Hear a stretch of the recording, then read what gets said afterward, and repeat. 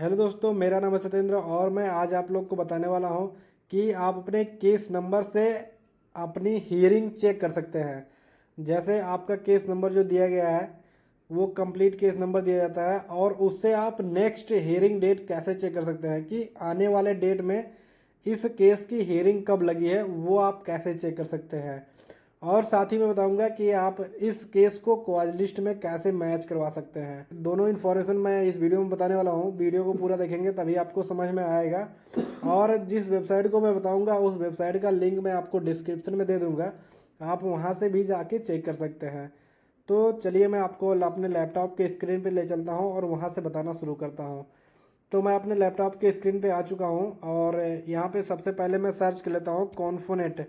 जैसे मैं कॉन्फोनेंट क्लिक करूँगा तो मेरे सामने एक नया विंडो ओपन होके आएगा और सबसे पहले नंबर पे जो वेबसाइट आएगी उस पर लिखा गया होगा confonet.nic.in। ये इनका ऑफिशियल वेबसाइट है। अगर आप देखेंगे तो यही वेबसाइट पे आपको क्लिक करना है और इसी वेबसाइट पे आपको जाना है। अगर उसके नीचे स्क्रॉल करेंगे तो उसी प्रकार से कई वेबसाइट आएंगी, लेकिन आप उससे चेक नहीं कर पाएंगे। तो सबसे पहले नंबर पे जो वेबसाइट आती है उसी पे आपको क्लिक करना होगा। जैसे यहाँ पे कॉन्फोनेट होम दिया गया है तो कॉन्फोनेट होम पे मैं क्लिक कर दे रहा हूँ। तो मेरे सामने एक नया विंडो ओपन होके आ गया है। ये जो विंडो है इनका ऑफिशियल विंडो है और ये इनका ऑफिशियल वेबसाइट है। यहाँ पे जैसे आप पहुँच आएंगे तो यहाँ पे पहले नंबर पे होम दिया गया है, दूसरे नंबर पे कॉज लिस्ट दिया गया है। यहाँ से आप नेक्स्ट डेट की कॉज लिस्ट चेक कर सकते हैं। ध्यान से सुनिएगा, नेक्स्ट डेट की सिर्फ कॉज लिस्ट आती है, ना कि आने वाले 10 दिन के पहले कॉज लिस्ट आती है। आप सिर्फ ओनली नेक्स्ट डेट की कॉज लिस्ट चेक कर सकते हैं। यहाँ पे आपको जजमेंट दिया गया है। आप अगर कहेंगे तो मैं आपका जजमेंट का एक वीडियो बना दूंगा जिसमें जजमेंट में क्या होता है कि आप अपना ऑर्डर चेक कर सकते हैं। केस का, एक पर्टिकुलर केस का जो है वो ऑर्डर चेक कर सकते हैं। और यहाँ पे दिया गया है केस स्टेटस। तो मैं आपको इस वीडियो में बताने वाला हूँ कि आप अपने केस नंबर से अपनी नेक्स्ट हियरिंग कैसे चेक कर सकते हैं। तो सबसे पहले हमें केस स्टेटस पे क्लिक करना है। केस स्टेटस पे जैसे ही क्लिक करेंगे तो हमारे सामने एक नया विंडो ओपन होकर आ जाएगा। यहाँ पे देखिए लिखा गया है कि नो योर केस स्टेटस, यानी कि अपने केस के स्टेटस के बारे में आप जान सकते हैं। तो यहाँ पे 3 ऑप्शन दिया गया है। पहले NCDRC, अगर आप कहेंगे वीडियो को कमेंट करके आप बताएंगे तो मैं NCDRC का एक वीडियो बना दूंगा कि NCDRC का केस स्टेटस कैसे चेक कर सकते हैं या उसकी हियरिंग कैसे चेक कर सकते हैं। दूसरे नंबर पे दिया गया है स्टेट कमीशन। इस वीडियो में मैं आपको स्टेट कमीशन के बारे में ही सिर्फ बताऊंगा। अगर आप डिस्ट्रिक्ट कमीशन के बारे में जानना चाहते हैं तो वीडियो में कमेंट करके बताइएगा, मैं उसका भी वीडियो बना दूंगा। या इसके बाद नेक्स्ट वीडियो जो हमारी आएगी उसमें आपको स्टेट कमीशन के बारे में ही बताएंगे हम। स्टेट कमीशन पे जैसे ही मैं क्लिक करूंगा तो मेरे सामने एक सेलेक्ट का ऑप्शन आ जाएगा। तो मैं यहाँ पे सबसे पहले अपना स्टेट सेलेक्ट कर ले रहा हूँ। मेरा स्टेट उत्तर प्रदेश है तो मैं अपना स्टेट सेलेक्ट कर लिया हूँ। आपका जो स्टेट होगा आप वो स्टेट सेलेक्ट कर लीजिएगा। इसके बाद दूसरे नंबर पे आपको कैप्चा फिल कर देना है। जैसे मैं यहाँ पे कैप्चा फिल कर दे रहा हूँ, आपको उसी प्रकार से कैप्चा फिल कर देना है। कैप्चा फिल करने के बाद यहाँ पे दिया गया एडवांस सर्च। एडवांस सर्च में नहीं जाना है, इसमें आपको डेट डिसाइड करना होता है। ये बहुत ही टिपिकल कंडीशन होती है कि आपको जिस डेट में वो फाइलिंग होता है और ये किस ईयर में फाइलिंग हुआ था वो सारी इन्फॉर्मेशन यहाँ से एडवांस सर्च में आता है। तो एडवांस सर्च में नहीं जाना है, आपको सिंपल सर्च में जाना है। सिंपल सर्च में देखिएगा यहाँ पे आपको केस, जैसे ढेर सारे केस देखिए मेरे सामने ओपन होके आ रहे हैं। तो मैंने इतने सारे केस सर्च किया है। तो आप जैसे ही सर्च करेंगे, जैसे मैं एक केस कॉपी किया था, इस केस को यहाँ से पेस्ट कर दे रहा हूँ।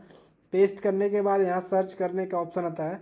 इसी प्रकार से आपसे यहाँ पे पेस्ट कीजिएगा। अगर अदरवाइज अगर इस प्रकार से नहीं पेस्ट कीजिएगा, यहाँ पे हेल्प का ऑप्शन दिया गया है, हेल्प पे आप क्लिक कीजिएगा तो आपके सामने एक विंडो ओपन होके आ जाएगा। यहाँ पे देखिएगा, यहाँ पे लिखा गया है case format by the entered लिखा गया है। तो आप जब भी केस यहाँ पे फिल कीजिएगा, जो यहाँ पे ऑप्शन आ रहा है फिल करने का, यहाँ पे जब भी केस आप अपना फिल कीजिएगा तो कुछ इस प्रकार से फिल कीजिएगा। जैसे अगर आपका अपील का है तो उसका एक या फिल कीजिएगा या FA कीजिएगा, और या कंज्यूमर केस का है तो उसको CC में फिल कीजिएगा। अगर ये सारी इन्फॉर्मेशन यहाँ से दिया गया है, जब आप इसी प्रकार से फिल करेंगे तभी आप उसको सर्च कर पाएंगे। नीचे देखिएगा कुछ एग्जाम्पल दिया गया है, जैसे फर्स्ट अपील का एक केस दिया गया है और दूसरा भी केस FA का दिया गया है। ये फर्स्ट अपील और अपील का दोनों एग्जाम्पल दिया गया है। इसी प्रकार से सारा केस आप फिल करेंगे तभी आप चेक कर पाएंगे। और आप ध्यान से देख लीजिएगा, अगर आपका अपील में होगा तो ए बनना होगा, फर्स्ट अपील में होगा तो FA बनना होगा, CC भरना होगा अगर आपका कंज्यूमर केस में होगा। इसके बाद सारी EA में अगर होगा तो हो जाएगा, और IA करके दिया गया है तो IA में भरना है, RP करके दिया गया तो RP में भरना है, CV करके दिया गया CV में भरना है, और RM करके RA दिया गया है तो RM भरना है, और MA दिया गया तो MA में भरना है। तो ये कुछ केस टाइप है, इस प्रकार से आप भरेंगे तभी आप सर्च कर पाएंगे। जैसे मैं फॉर एग्जांपल यहाँ पे केस लिया हूँ, ये मेरा केस है, तो मैं यहाँ पे एंटर कर देता हूँ, ये मेरा अपील का केस है। तो मैं यहाँ पे सर्च करूँगा, सर्च करने के बाद ये मेरे सामने ओपन होके कुछ आ जाएगा। अभी यहाँ पे दिया गया है, इशू ये था कि मेरा जो केस टाइप था वो पहले नंबर पे दिया गया था, और दूसरा नंबर पे जो है वो मेरा केस ईयर दिया गया था, और तीसरे नंबर पे मेरा केस नंबर दिया गया था। तो इस प्रकार से मैंने सर्च किया था तो कोई डिटेल नहीं फाइंड हुआ, तो मैं उसको चेंज कर दिया हूँ। पहले नंबर पे मेरा केस टाइप हो गया, दूसरे नंबर पे मेरा केस नंबर हो गया, और तीसरे नंबर पे मेरा केस ईयर हो गया है। तो मैं इस प्रकार से एक बार सर्च कर लेता हूँ, इस प्रकार से मे बी ये ओपन हो जाएगा। अगर इस प्रकार से देखिएगा, यहाँ पे अगर ओपन होगा तो यहाँ पे ओपन हो जाएगा। तो यहाँ पे ये केस ओपन हो के आ चुका है। तो यहाँ पे देखिएगा केस नंबर एग्जैक्ट दिया गया है। आप दोनों प्रकार से चेक कर सकते हैं। पहले अगर आप ईयर देंगे तो भी चेक कर पाएंगे, अगर पहले केस नंबर देंगे तो भी चेक कर पाएंगे। तो आप दोनों प्रकार से चेक करके एक बार देख लीजिएगा किस प्रकार से आपका केस ओपन हो रहा है। तो उसके बाद जैसे ही आपका केस ओपन होगा तो यहाँ पे दिया गया है, केस नंबर दिया गया है, तो जो आपने डाला था वही दिया है। फाइलिंग डेट दिया गया, ये केस कब फाइल हुआ था। फील्ड इन दिया गया है, ये मतलब किस कोर्ट में लगा हुआ है या किस कोर्ट का है, स्टेट कमीशन है, और ये उत्तर प्रदेश आपका डिस्ट्रिक्ट का नेम दिया गया है। और यहाँ कंप्लेंट दिया गया है, मतलब जो जिसके खिलाफ लड़ा है, रिस्पोंडेंट में उसके अगेंस्ट जो भी है।